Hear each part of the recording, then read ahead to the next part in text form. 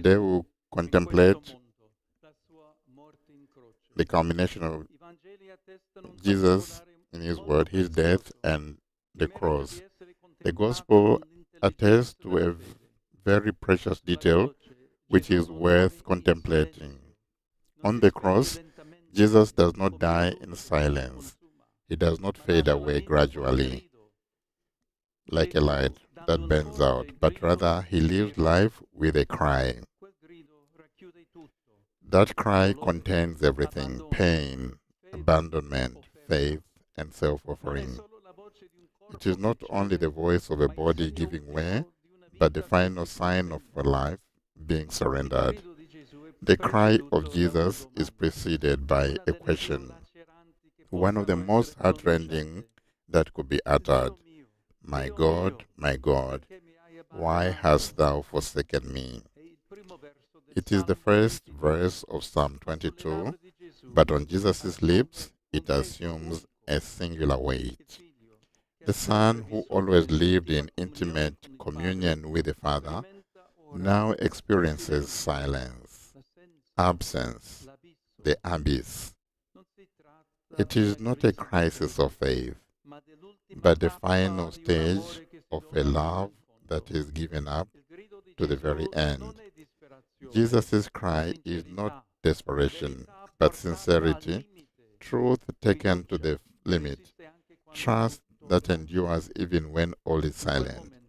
At that moment, the sky darkens and the veil of the temple is torn, as if creation itself was participating in that pain, and at the same time revealing something new. God no longer dwells behind the veil. His face is now fully visible in the crucified one. It is there, in that broken man, that the greatest love manifests itself. It is there that we can recognize a God who does not remain distant, but who traverses our pain to the very end. The centurion, a pagan, understands this, not because he has listened to a sermon, but because he saw Jesus die in that way. Truly, this man was the Son of God. It is the first confession of faith after the death of Jesus. It is the fruit of a cry that did not vanish in the wind but touched the heart. At times, what we are unable to say in words, we express with the voice. When the heart is full, it cries. And this is not always a sign of weakness. It can be a profound act of humanity. We are accustomed to thinking of crying out as something disorderly to be repressed. The gospel confers an immense value to our cry, reminding us that it can be an invocation, a protest, a desire, a surrender. It can even be the extreme form of prayer when there are no words left. In that cry, Jesus gave all that he had left, all his love, all his hope.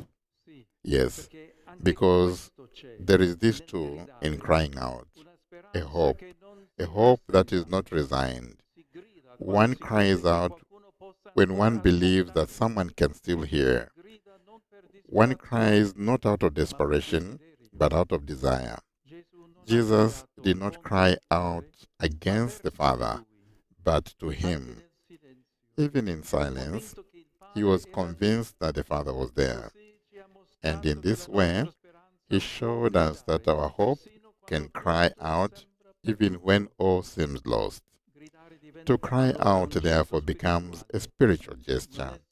It is not only the first act of our birth when we cry, when we come into the world crying, it is also a way of staying alive.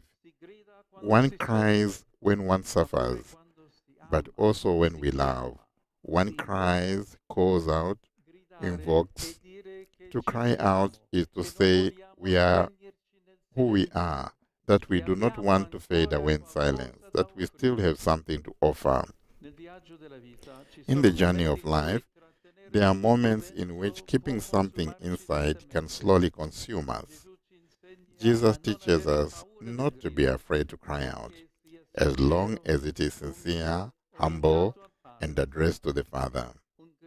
A cry is never pointless if it is born out of love, and it is never ignored if it is delivered to God. It is a way to not give in to cynicism, to continue to believe that another world is possible. Dear brothers and sisters, let us learn this from Jesus. Let us learn the cry of hope when the hour of extreme trial comes, not to hurt, but to entrust ourselves, not to shout at someone, but to open our hearts. If our cry is genuine, it can be the threshold of a new light, of a new birth. As with Jesus, when everything seemed to be over, in reality, salvation was just about to begin.